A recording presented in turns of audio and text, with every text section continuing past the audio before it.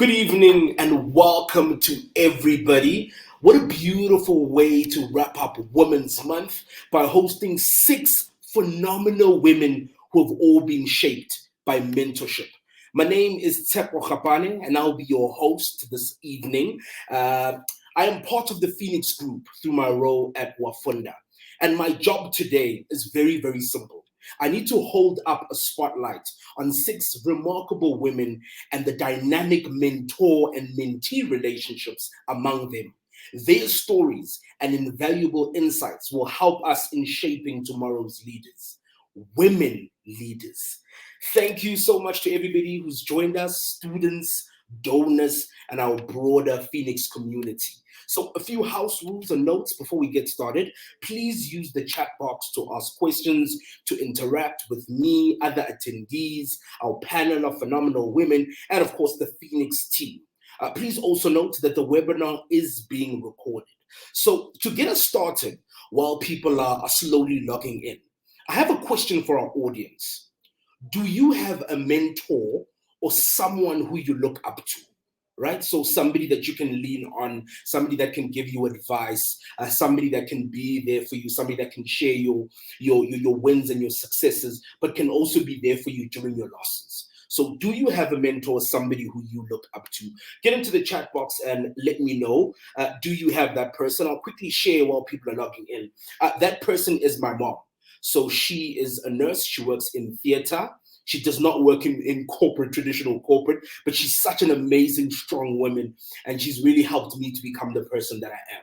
So, like I said, we're welcoming everybody into the space, into the room. I'm keen to know, do you have a mentor or someone who you look up to? There's so much to look forward to in terms of today's webinar. Without further delay, I want to introduce our first pair of remarkable women who've been shaped by mentorship. Amazing women, right? And these CEOs, women of vision, who captain and navigate the Feenix group. One is a mentor, the other is a mentee. Leana De Beer, who is the Feenix group CEO, and Cara-Jean Petersen, who is the Feenix CEO. I've had a great opportunity to interact with both of them on different types of environments and spaces. And I'm going to bring them into the conversation. Women, thank you guys so much for joining us. It's a beautiful way to wrap up Women's Month. Are you guys well? Are you comfortable? Are you happy? Are you nervous? You guys are used to being in big stages. Cara, how are you doing? You well? Good. I think nervous is always one of them whenever you're speaking to anyone, for me personally. But no, excited. I've been looking forward to this all month. Leana, how are you doing? You've got a beautiful smile on your face. How are you doing today? I'm doing well, thank you. I'm always excited to share a room full of women to talk about mentorship, which is such an important thing for many South Africans. So excited to be here. Ah, that's so beautiful. So I'll actually start with you, Leana. What is the one word that best describes your mentor-mentee dynamic with Cara? I'm going to cheat and use a couple of words. I think on the one hand, I would say that it's a very valuable and important role and relationship. And on the other hand, which might sound a little bit cheesy or a little bit strange, is love and respect. There is, the two of us have a lot of respect for each other as humans, but we also deeply care about each other's well-being and each other's success. So those are the things that I think underpins our relationship. Oh, man, I love that. Cara, same thing to you. What is that one word that best describes your mentor-mentee dynamic with Leana? See, I stuck within the brief. I took forever to think of one word. Gosh, leaf. So for me, I think to add to everything Leana said, which was really important, is definitely honesty. I think it wouldn't have worked if we both weren't completely transparent and honest with one another around challenges, successes, wins, strengths. We were both really vulnerable in the space with each other around what we needed from one another and how this type of relationship and dynamic would work. And so there was no guard up when we engaged and when we moved forward together. And there was definitely values alignment in terms of what we felt we brought to a space and how we wanted to make society better. And that really drove the relationship for us. Oh man, beautiful, beautiful words. I see we've got a couple of comments. Joanne saying two of my favorite humans, Cara and Leana. Tshepo saying my mentor is my mom too. I once had another mentor, but we sort of lost contact. And it's interesting. One of the relationships we'll be talking about are two individuals who are in complete different spaces, but still manage to have that relationship together. But in terms of Cara and Leana, and Cara, this one specifically for you. Why is mentorship so important in shaping the next generation of female leaders? I think it's really important to have a soundboard. I think very often you can get too caught up in your head, in your own emotions, in your own opinions, in your own assumptions and perspectives, that you need a soundboard that you really trust, that can challenge you, that can comfort you, that can back you. And I think that's really how your skills become quite refined and how you can progress throughout your career. So for me, it's really, really important to have a kind of trustworthy soundboard that's got your back. Yeah, Leana, I want us to sort of rewind back in time. So at some point in time, you took a chance on Cara. You decided to invest your time, your energy, your expertise into her. Can you take us back to when you first met her, and how did this mentor-mentee relationship begin? It was organic. I don't think when Cara walked through the room, I was like, I'm gonna mentor you. I think Cara and I started working together at Feenix many years ago. And there were a few things that we have in common. I think we both have a very similar work ethic. And I always had a lot of respect and admiration for the way Cara shows up. And I always just thought that she was an incredible person, but also an incredible manager. And although in this context, I'm the mentor, Cara's, I've learned a lot from Cara myself. We are different. So there are things that I can learn from Cara. So it's a two-way thing. It's not just one way. I want to make that clear. And yeah, Cara and I worked together, and at a point in our work relationship, we knew that Cara was going to step into the CEO role for Feenix, and then it became a bit more formalized of, okay, we need to create space where we have set amount of time together, and we work through a list of things that was really important for both of us to work through. But it didn't begin like that. It was very organic in the beginning. But it's based on what Cara said earlier as well. Is it's very lonely to be a CEO in a business. It's very lonely to be in the position that I am in. So also just being able to have someone to talk through that you trust, talk through things through with, and that you trust, was gratefully beneficial to me as well.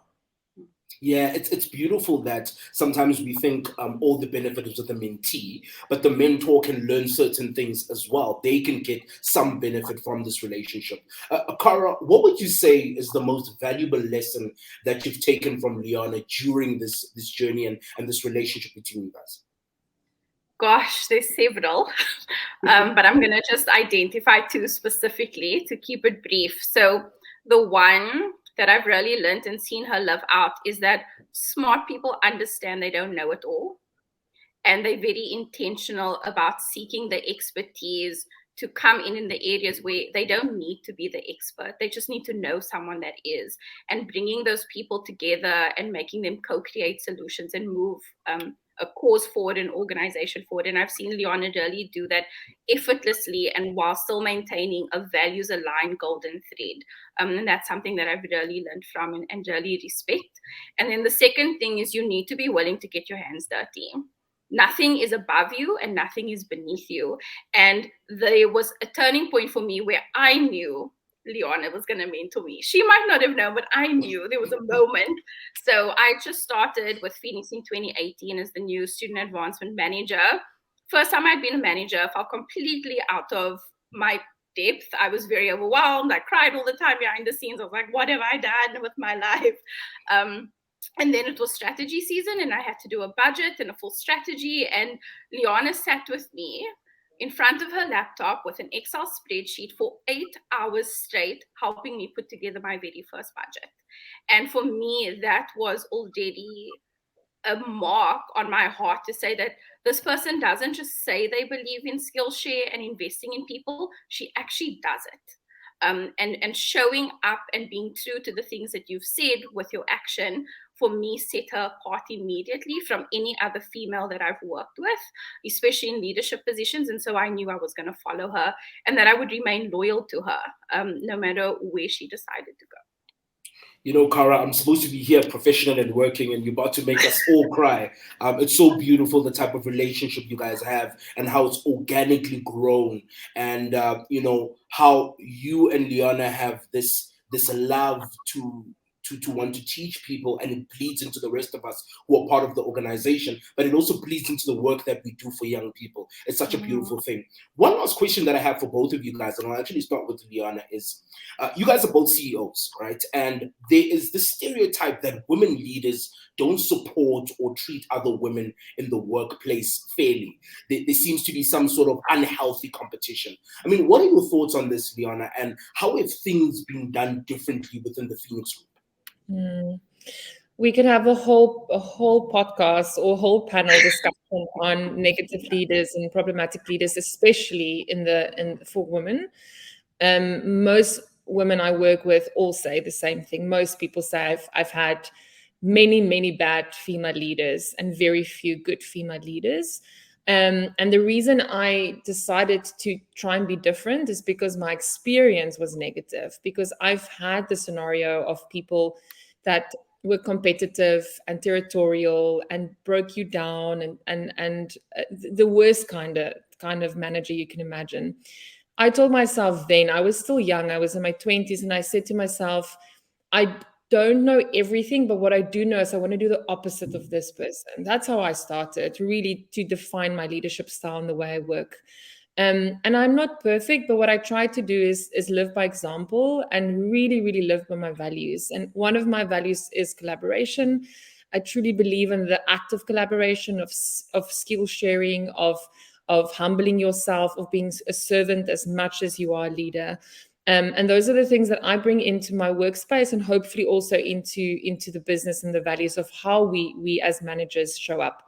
But yeah, there are not enough good mentors. And I kind of just want to say, while I have the platform, if anyone out there, please mentor other people, even if it's a two-way mentorship. Like, there isn't enough people willing to take the time and make the effort. And it is so important in someone's personal development and their journey. So please, just, even if you don't know where to start, just go and have coffee. And then also from a mentee perspective, reach out to people that you are impressed by or inspired by and ask them to meet you for coffee and have a chat. Most people are open. You just need to make the effort. I don't know if I answered your question. You definitely did. Cara, you will wrap it up for us. I mean, you are a CEO. There are these stereotypes. What are your thoughts on this? And I mean, how are you doing things differently within Feenix? 100%. So similar to Leana, I've also had experiences of challenging female leadership.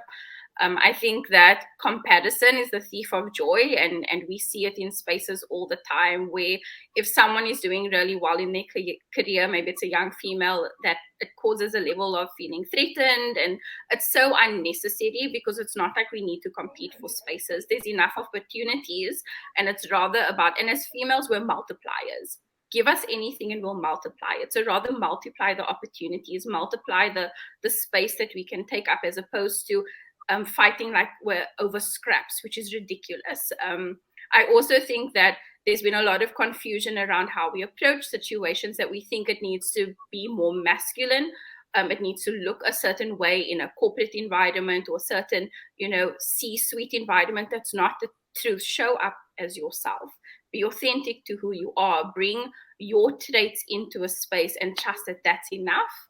And so that's how I've continued to lead, is that there's no airs and graces. This is who we are. We're values aligned. We lead according to our values. We lead according to our passion. And your why needs to be important. When you join an organization, is your why the same? Because then you don't need to compete. You don't need to struggle. You're just moving together. And so for me, that's been the difference. And I think that's the difference with Feenix, is that our why is strong. It's aligned, and we know where we're going together.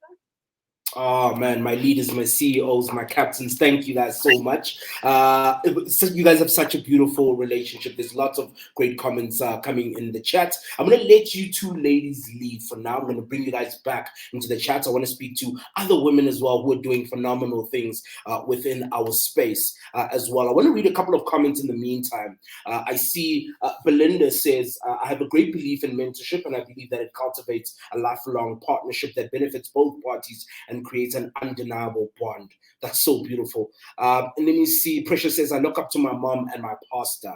So lots of beautiful messages and comments coming from people in terms of the chat. So I want to introduce another pair of amazing and phenomenal women. They are shakers and movers who navigate in a male-dominated tech industry, but continue to rise all the way to the top. Amazing, amazing women. I'm going to bring them into the space. Sadiqa, who is one of my faves. She's got this beautiful energy, beautiful smile. She even has her hair done for all of us. Hey, she's looking stunning today. And of course, Tshepo as well. Ladies, how are you doing? Sadiqa, are you well? I'm well, thank you. How are you? Always happy. Tshepo, how are you doing? Are you good? Good, TK. How are you doing? Always happy, always happy. Sadiqa, I'll start with you. What is that one word that best describes your mentor-mentee dynamic with Tshepo? So Carter actually stole my word. It was honest as well, honesty. So I had to quickly think of another one while I was waiting, and I thought that definitely authenticity as well. I think that Tshepo and myself, from the moment we started working together, it always felt very, very real. I think that we can be 100% honest and open with each other. And also, like, part of being a mentor to me involves not only showing up sort of as your best self or putting your best foot forward all the time to inspire your mentee, but it also means just being authentic and feeling like you can just be yourself even on the bad days, because the bad days happen as well. I love that. Tshepo, what's your one word? If I had to choose just one word, it would definitely be nurturing. Sadhika has always just created a gentle environment that was very supportive and very empowering. So if I could just choose one word, it would definitely be nurturing. Nurturing. Tshepo, since you're still speaking, how did this relationship even begin between you and Sadiqa? So Sadiqa and I's relationship began last year when I got hired as an intern at Feenix.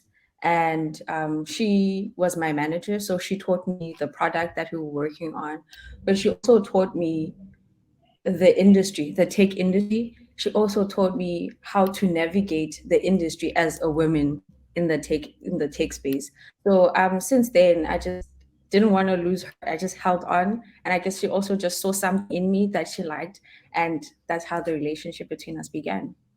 But it's so beautiful, Tshepo. As you're speaking, Sadiqa just had this beautiful smile on her face. And I love what you said because it leads into my question for Sadiqa. How difficult is it navigating a male-dominated industry like technology? And how can mentorship aid in ushering more women into the space? So this is my favorite question, and I think it's the one that comes up the most. I think that the issues that women face, particularly women of color, in the product development space is vast. So it includes things like societal beliefs and stereotypes around our ability to be leaders. I think there's almost always this expectation that we will do the sort of office housework in the office, so like take on the thankless administrative tasks, help with planning the events, taking on the low value assignments. I think that we have to endure a lot of sort of high stress situations. We exist in anxiety. Depression is like a real thing when things don't necessarily work out the way that you need it to. And I think that does tend to lower our self-esteem. I actually heard from a friend of mine who's an ally at my workplace. He told me that a few years ago he read an article that said that imposter syndrome is the highest in women of color leaders specifically. I think that we develop self-limiting behaviors and these stem from that imposter syndrome, and it gets worse as you sort of climb your career ladder. There's also a lack of mentoring and career development opportunities for women. So as much as I think that I can acknowledge that the industry is changing, because it definitely is, and it is becoming more inclusive, I think that female mentorship and allyship still have a vital role to play in sort of like balancing things out. And young females would benefit greatly from establishing a mentor-mentee relationship early in their careers to help them navigate difficult situations and develop self-awareness. That's so beautiful. And Sadika, you touched on something really, really interesting that a lot of us experience, but I'm not sure if Tshepo experienced this or not entering into this tech industry. And it's around imposter syndrome. Tshepo, did you experience this? How did you navigate it? And did this relationship with Sadika, this mentor-mentee relationship, help you at least to navigate that as well? Well, definitely, because when you come into a space, the thing that you want to do is excel, do great. And sometimes you do wonder if I'm going to be able to do this, especially if you are in a space where a lot of the people that you're working with are already doing really great at what they're doing. And when Sadika and I met, that was my first tech job. So it was just a lot of pressure. But again, because of the relationship that we had, I got a lot of support from Sadika, and it was a very gentle space to just fall on and learn that, what, you are in this space because you do have the talent. You are in this space because you do have the skill. You just need to believe in yourself and do the work. And that was where Sadika and I mostly worked from the talent that I had and the skill, just nurturing and working that, developing it, and just grow and be confident in yourself. And that's what we did together. Oh, man, that's so beautiful. The last question is actually for you, Sadika, and it's around something that Leana had said earlier on. Sometimes we think that the mentee is the only one that's benefiting from the relationship and sponging off and getting all that information and knowledge. But sometimes the mentor as well learns something from the mentee. So what is the most valuable lesson that you've taken from mentoring, Tshepo? So most valuable lesson, I'm going to quote Uncle Ben from the Spider-Man movie, which is, with great power comes great responsibility. I think it's important to remember that young females are looking up to you when you're in a leadership position. So you need to be intentional with your actions and your words, and you have to ensure that you can remain objective so that you're providing real guidance. Oh man, that's so beautiful. There's lots of very interesting comments coming in, and the one theme is individuals saying, I never thought about having a mentor, seeing value in it.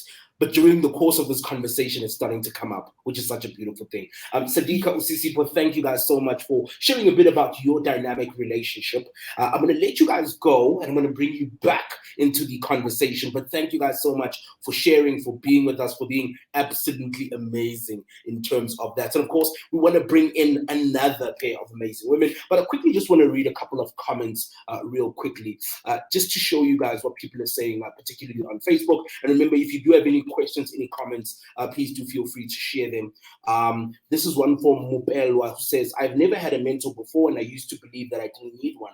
However, I'm now realizing the importance of having a mentor in one's life. Watching these incredible and inspiring people, I'm beginning to understand that everyone can benefit from the guidance and support of a mentor. How beautiful is that? How beautiful is that? So I want to bring in two more phenomenal women. This is our last pair.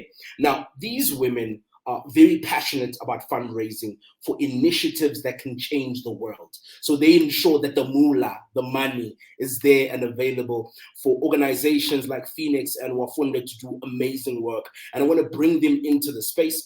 Melissa is one of them, and of course, Nyasha as well. More phenomenal women, and I've had the opportunity to engage with both of them on a professional and a personal level. Melissa, how are you doing? Are you well? I'm well, Tshepo. How are you doing? Always lovely. Nyasha, how are you doing? I see you look all prim and proper. I see you, girl. I am very well, thank you, Tshepo. Oh man, I feel like I'm just surrounded by just amazing women who've got great stories, and it's two more to go. So I want to know from the both of you guys, and I'm going to start with you, Nyasha. What is the one word that best describes your mentor-mentee dynamic with Melissa? Taking a lead from what Leana did, because I could not find one word to describe it because there's been so many things, but I would say cultural experience. I would also say authenticity. And I would say just love and respect. Oh man, that's so beautiful. Mel, what's that one word for you? Or it could be words. I feel very treated now because I try to stick to the brief. So I'll go with my word, complementary. Nyash and I are so different, not just in age and other factors like that, but we are just so different, and we've been fortunate enough to get to know one another on a very personal level, and very quickly realizing that those differences also go very far back to our upbringing. But what is so amazing is that those differences are complementary. I think if you ask anyone at Feenix, and I think you, Tshepo, can also attest to this, we are so different in personalities and the way that we just are as individuals, but it's so complementary that it works. And so that's the only word I can come up with, and it's the only word that best describes it. Yeah, I definitely agree. But I think those differences make us understand each other better, but it also makes us understand students even better. So we can better relate with what young South Africans are going through as we try and uplift and empower them. A question for you, Nyasha. Why is it so important that women leaders pour their passion, expertise, and time into other women in the form of mentorship? With this question, I'm going to take it to what I do, my professional career.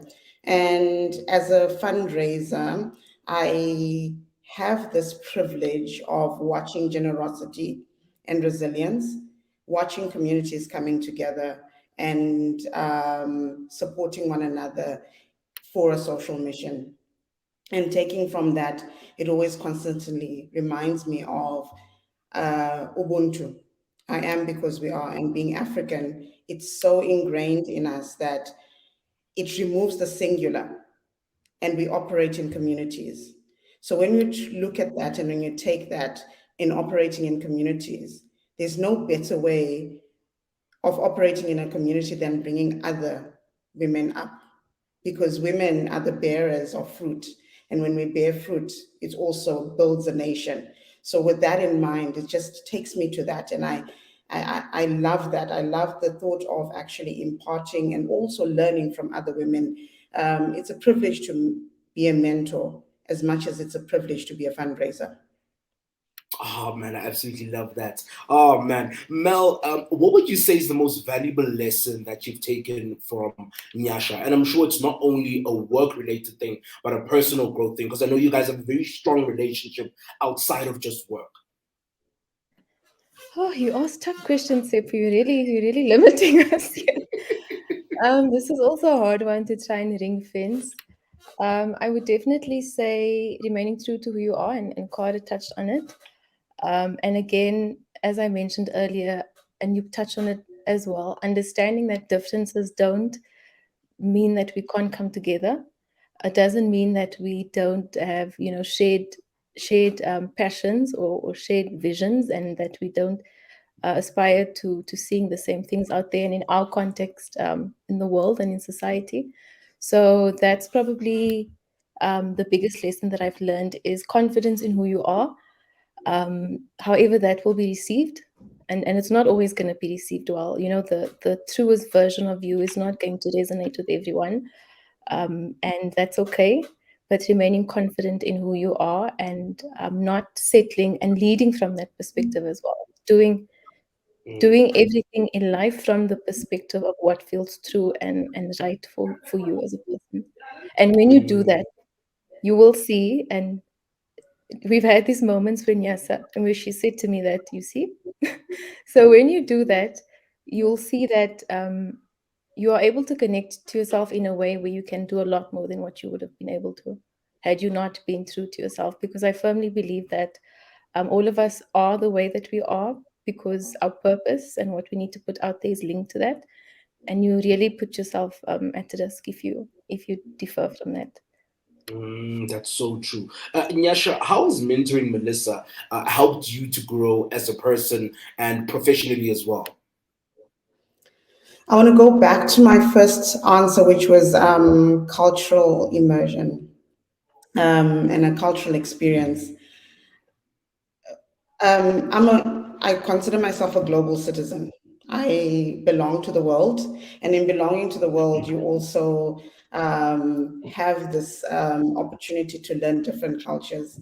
And our relationship, Melissa and I's relationship, has been one where there's been so much cultural exchange when it comes to our backgrounds, where she comes from and where I come from, and just having conversations around it might be body language, it might be a word, and a word that means something totally different in where I come from, and a word that means totally different from to where she comes from, and coming together and actually getting to understand that. And she's taught me so much about her community, and also I've learned quite a lot, and just the openness in teaching me, in getting me to learn, that has been phenomenal. And it has helped me not only from a personal point of view and how I interact with people, but it also has helped me in my professional life as well, because I get to understand people a lot more when I understand where they're coming from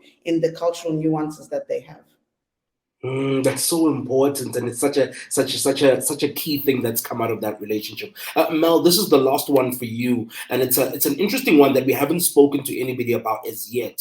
And it's around, how have you and Nyasha created a safe and supportive environment within your relationship? Perhaps somebody might be considering getting a mentor, but they're not sure how to set the boundaries, how to ensure that it's a safe space and environment to say certain things, but to also be vulnerable. Because part of that mentor-mentee relationship is about being a little bit vulnerable. So how have you guys ensured that there is some safety within that? Tshepo, you've answered you've answered my question. Vulnerability, and then I'll add on to that. But I'll start with vulnerability because and Sadika touched on it as well, in that there tends to be imposter syndrome among women, women in certain positions, and being vulnerable exposes you to that even much more. And so, being vulnerable, knowing that it can be perceived in a certain way, there's so much strength in that. And that's really what Nyasha and my relationship has been based on. It's vulnerability, but vulnerability within the confines of respect, and not vulnerability from a place of understanding, seeking to understand, wanting to learn, wanting to push yourself to grow as well. And so that's how we've been able to do that, is transparency and reciprocal vulnerability, but also respect for what that means, and the idea of what place someone has to go to be comfortable enough to be vulnerable, and to really respect that. Yes, yes, yes, definitely. I want to bring back all the women back into the space. I want us to have a little bit of an imbizo, a panel discussion. So I'm going to bring them back in. While they're coming back into the room, I want to read a comment real quickly from Coley DeCock, who says, "This is so encouraging. Thank you to all these wonderful women for sharing so honestly and generously of themselves." What a beautiful, beautiful comment coming there from Coley. And of course, if you've got any questions, any comments, please get into the chat and share the love. Perhaps you were not considering a mentor or being a mentee, and now all of a sudden this conversation has sort of changed and it shaped your mind in a different way. So I'm so happy to have all the women back on the screen. My job is to just highlight how amazing you guys are, and I want to start with the mentors, right? Leana, what are some of the rewards that you have experienced mentoring Cara? I think, well, first of all, just this being able to bring a group of people together As some of the speakers have touched on already, it's not about conforming or becoming the same or doing something in a very specific way. It's about creating a space to be yourself and express, but also learn and share, and feel supported and taken care of. That for me in a nutshell is the potential of safe and respectful mentorship. It's the hard technical stuff of learning new skills, having the soundboard of someone you trust, and then lastly, building a community. All of us here have so much love and respect for each other, and we're chatting in the private group about how much we care for each other and love each other, and that's real. It's not fake. It's not something, and it was birthed out of the work we do every day, but it's also birthed out of a shared value. So very grateful that we can get around a table as women of such diversity and really, really just want to create a world that is in a way similar, and that's based on vulnerability, individuality, but respect and love and growth. Yeah, Sadiqa, it's the same question for you. I mean, what are some of the rewards that you've experienced, mentoring uSisipho? So when I met uSisipho, I could see in her potential. Like immediately, I was like, this person has potential. And she has such a soft and kind nature about her, but at the same time, she is like super ambitious. And I think that those two things go well together, those two characteristics, being both kind, being thoughtful, but also like having a drive, being dynamic. And I could see that what she needed was an opportunity and someone to maybe just help her with building up her confidence and helping her to make connections. And I think seeing her grow and develop and become more confident in her abilities and her ability to make decisions, it's been super rewarding for me. Oh man, that's so beautiful. Nyasha, same question to you as well. I mean, what are some of the rewards that you've experienced, while mentoring Mal? I think from my side, it's the rewards have come in when I consider my daughter, because in every sense of the word, the relationship that Melissa and I share, I would want her to get that as well. So if this is happening, then I know that in the future, there's also paying it forward that comes with that as well. It might not be that Melissa mentors my daughter, but then someone else would mentor her. And I think that by virtue of me doing this, the reward I will reap in the future, because my daughter is going to experience that, because this is ingrained in us now. Yes, 100%. The mentees actually have a very difficult job. There's something that keeps coming up in the chat where people keep saying, I've never considered getting a mentor. And now I'm rethinking it. I'm starting to see the benefits in just hearing some of your stories. So the question I have for the mentees around, you are deciding to get a mentor. What are the characteristics that you should be looking for when you are identifying a potential mentor? Cara, what are some of these characteristics? Such a good question, firstly, super juicy. So it's really important to look at the fruit of the person. Don't look at their title. Don't look at the company that they come from. Look at the fruit that they are producing. Because someone can sell you dreams. If they say, oh, I believe in teamwork, but they are not a team player, what are you talking about? You are not that person. So look at the fruits of the person. Are their values aligned to who you are and who you aspire to be? And that's the type of, and they need to know more than you. I firmly believe that you should never be the smartest person in the room. If you are in the wrong room. Always try, a mentor is someone that you can learn from, that you can share with, that you can grow with, that will challenge you and do it in a way that is safe and loving and caring and is to your benefit. So look at those things and also be very clear on what your intentions are, but be open to that expanding and evolving as well. That's what I would say. That's a beautiful answer. Sissy, but it's the same question to you. I mean, what are the characteristics that one should be looking for when identifying a potential mentor? I think the first thing you should do if you're looking for a mentor is look at yourself and decide what it is that you want before you look at someone else. I think it's important to align with yourself with someone whose values align with yours. And also just, I feel like it should be a person that you sort of aspire to be like in the future. Someone who has the things that you want, someone who inspires you, someone who challenges you, someone who has done some of the work that you are about to do.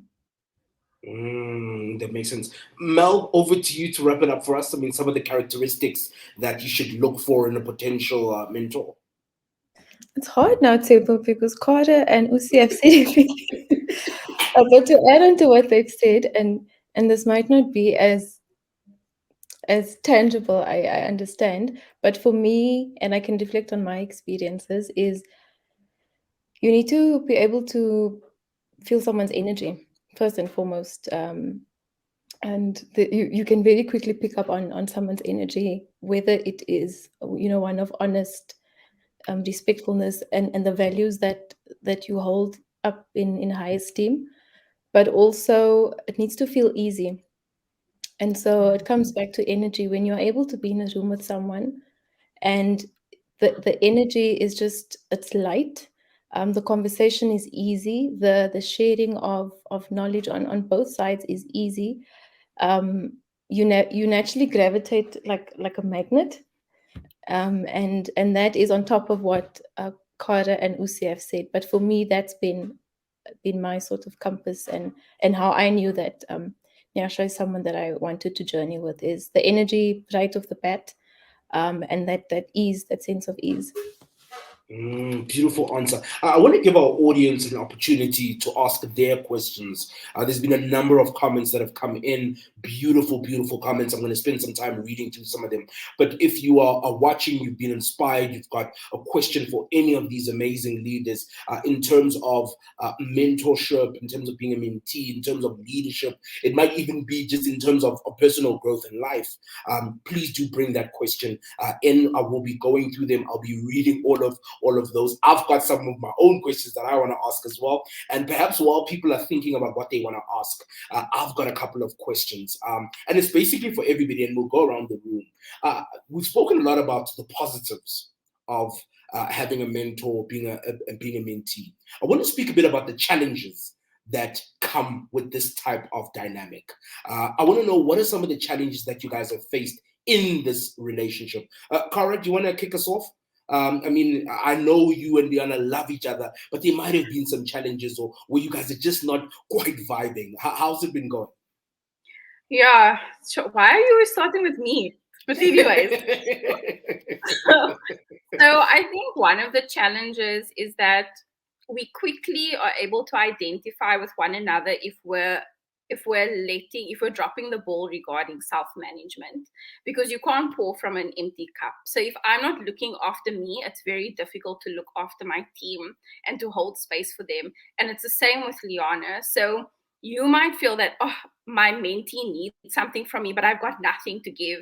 And I might need something from my mentor, but feel I can see that they are not in the space where they can give. And then there's a guilt that can be created. And if you aren't communicating with one another honestly, if you aren't showing that vulnerability, a resentment can build, a wall can build. And again, fortunately, because Leon and I are values aligned and we agreed on like rules of engagement, but again, organically, naturally, it wasn't a formalized thing. We knew to be honest in those spaces where I need a moment.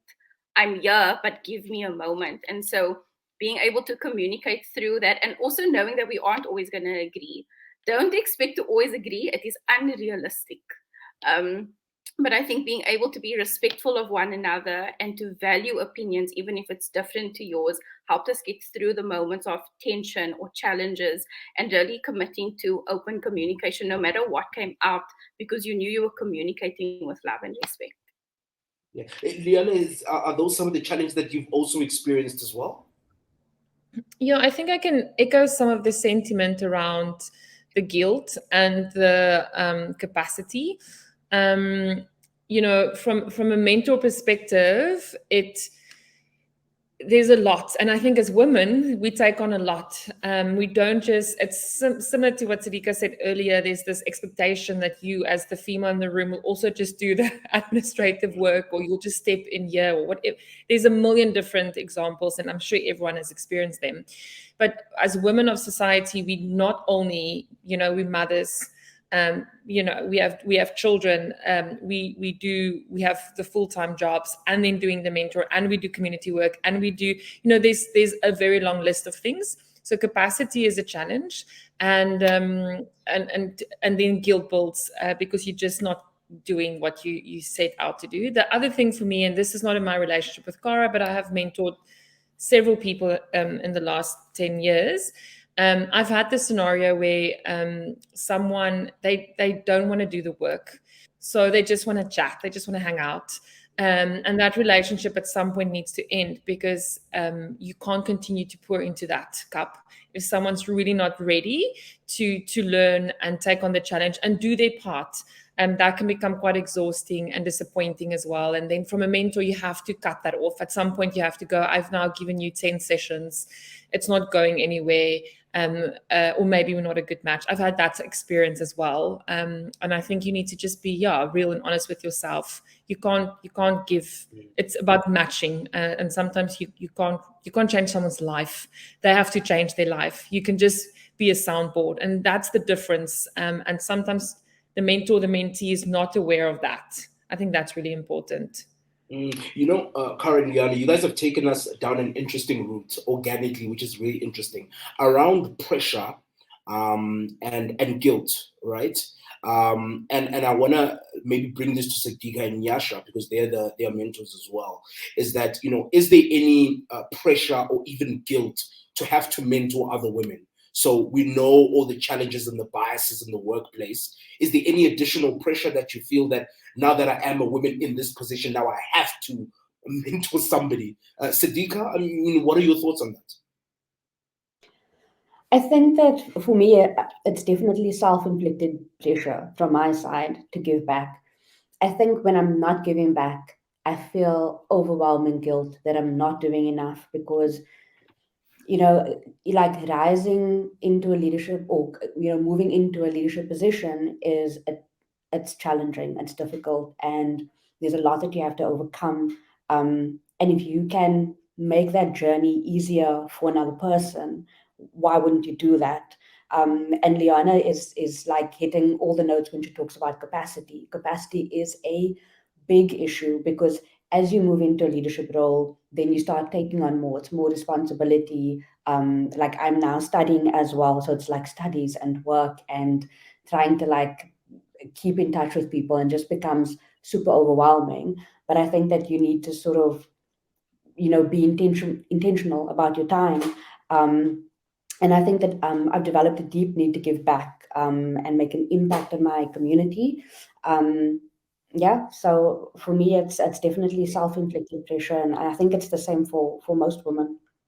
Yeah. Nyasha, are you experiencing that it's been self-inflicted pressure and maybe even a little bit of some guilt? There is the self-imposed, but there's also societal, right? And I think that in a lot of my mentorship relationships have been to uplift women of color that are coming into the field that we are in. And with that comes societal pressure, because when you are at a specific moment in time and you are moving up the ladder, then there's this pressure and responsibility to bring others along with you. And any movement or anything that gets people into a space where they can start breaking that ceiling, there needs to be somebody that is willing to take that pressure on. And I think that that's when you really think about this month, or the 9th of August, what it was about, and the women that marched on the 9th of August, what that was about. They had to do that, and they had to feel that pressure. And whether self-inflicted or whether feeling guilty or not, somebody has to do it. Otherwise, the rest are just going to be left behind. One of my favorite authors and a person that I look up to her name is Cara-Jean Trent. And she speaks about batons of poverty and how we pass them along within our generational poverty instead of passing on generational wealth. So if we're not passing on mentorship generation after generation, we're going to leave a whole generation behind. So self-inflicted, societal, or whatever it is, at some point, somebody's got to feel the pressure, because without pressure, without an itch, nobody scratches. And that needs to be done. That's such an important one. One for Mel and for Tshepo. Tshepo says, where can I find a mentor if I'm not working, I'm not in school, but I want to add something to this particular one. We sometimes have a picture of what your mentor is supposed to be. They're supposed to be a CEO, a big professional, a leader that is out there. And sometimes it's just the average person that can be your mentor, because sometimes the growth isn't necessarily professional, it could be personal. So I want to couple those two, and I'll start with you, Mel, around Tshepo's question around where can I find a mentor if I'm not in school or I'm not working, and then what I've also added as well. I'll start by saying you're asking the least social person in the group. But I would say that as you move in social settings and peers and just putting yourself out there, there's that avenue. But I also believe in, and it's something that I've adopted, is to find clubs or groups that resonate with things that you're interested in. And particularly if you're not a very social person, is, find if hiking is your thing, you find a hiking club, but you find those clubs and those social groups, and within that you quickly get to meet like-minded people. So there's a level of values alignment which a lot of the other ladies have spoken about, and you can quickly discern, if there is capacity, or rather if there's individuals within that setting that you want to learn from, or quickly identify things within others in those groups that you admire and that you want to grow, be it personally or professionally. So that's for all of everyone who's not social butterflies. That would be my tip. Tshepo, what are your thoughts in terms of Tshepo's question? I think you don't have to be working or to be a student to find a mentor. You don't have to be in a particular place to be able to have a mentor. You can find a mentor at church. You can find a mentor in the neighborhood.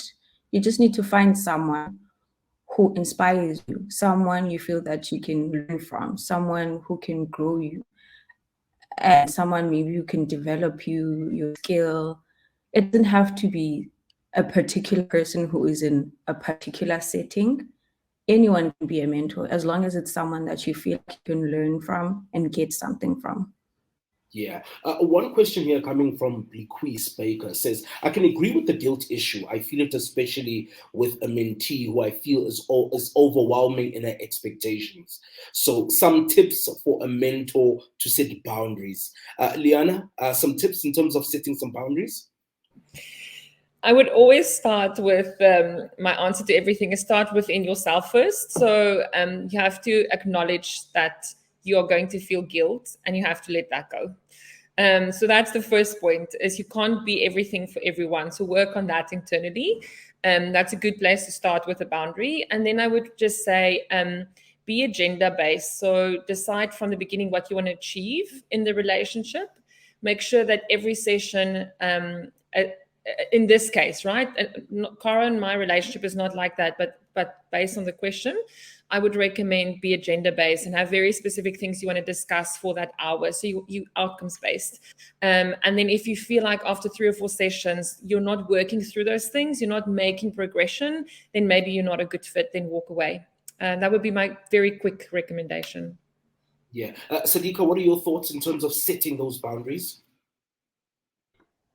I think that boundary setting is one of those things that will be a challenge, for the rest of your life as a woman of color in leadership or any space, to be honest. Like, I recently had a conversation with a colleague of mine. I mean, I just went and I was like, I feel like everybody is just like walking all over my boundaries right now. And I think that again, I'm going to come back to being intentional about it. Like when you set a boundary, like if you allow other people to trample over that boundary, that means that they aren't respecting it, and you need to enforce that respect. You need to hold people accountable for playing their part, for bringing their part, for being respectful in the relationship. I think that boundaries are things that are going to be moving and changing and growing and flexing all the time, and you just need to stand firm in it. Yeah, Nyasha, I mean, finding these boundaries. I mean, how have you navigated it? What tips do you have?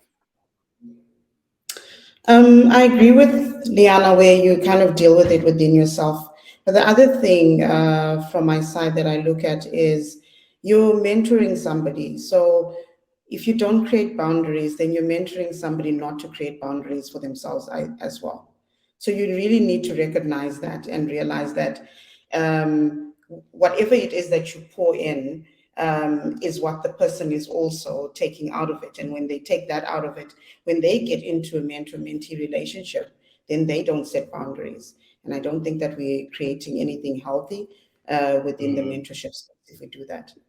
Yeah, the boundaries are so important. One more question coming from Nosipo, who says, are there any books that the mentors and mentees can recommend that have influenced their lives?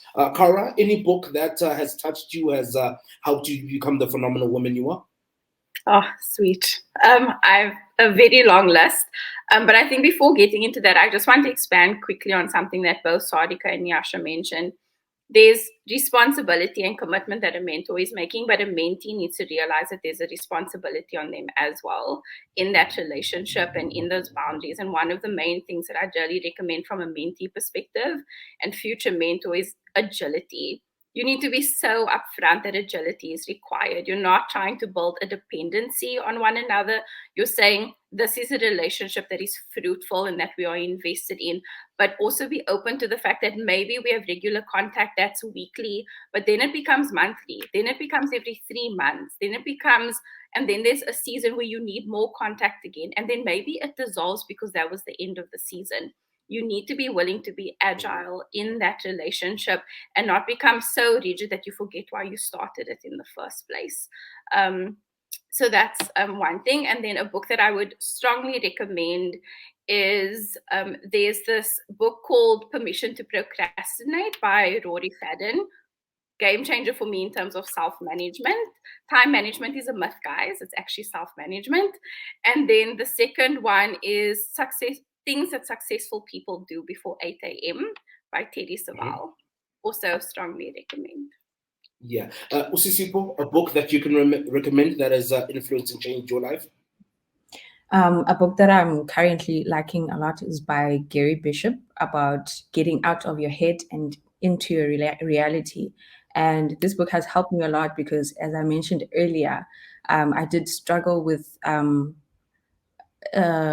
just feeling like I can't do this, confidence, am I going to succeed, those kind of things. And it just helps you to be proactive about things, be proactive about the decisions you make, the activities that you do, and just making progress. So it's a really good read. Yeah. Mel, last but not least, a book that has influenced your life? It's fictional. It's called The Witch of Portobello by Paulo. And the reason why that book in particular is because, as individuals, we all have many facets to us. We're not linear, we're not boxed. And what I loved about the narrative is that the main character in the book, she is so multifaceted, but she's constantly battling the many versions of herself, and how that is perceived. And at some point she gets to the place of being so confident in who she is. And I think that for me just affirmed we are multifaceted, and that's okay. It's more than okay. Yeah. Oh man, I could speak to you women for days on end. I absolutely loved this conversation, and based on the comments, everybody has learned so much from all 6 of you. And of course, that brings us to the end of the webinar, investing in the next generation of female leaders, one mentee at a time. Thank you so much to our panel for being amazing. Thank you so much to our audience for joining us. I've learned so much. Of course, you can find the women on social media. They're on LinkedIn. Drop them a message. maybe they might want to be your mentor in the future. But thank you so much to the women. What a beautiful way to wrap up Women's Month.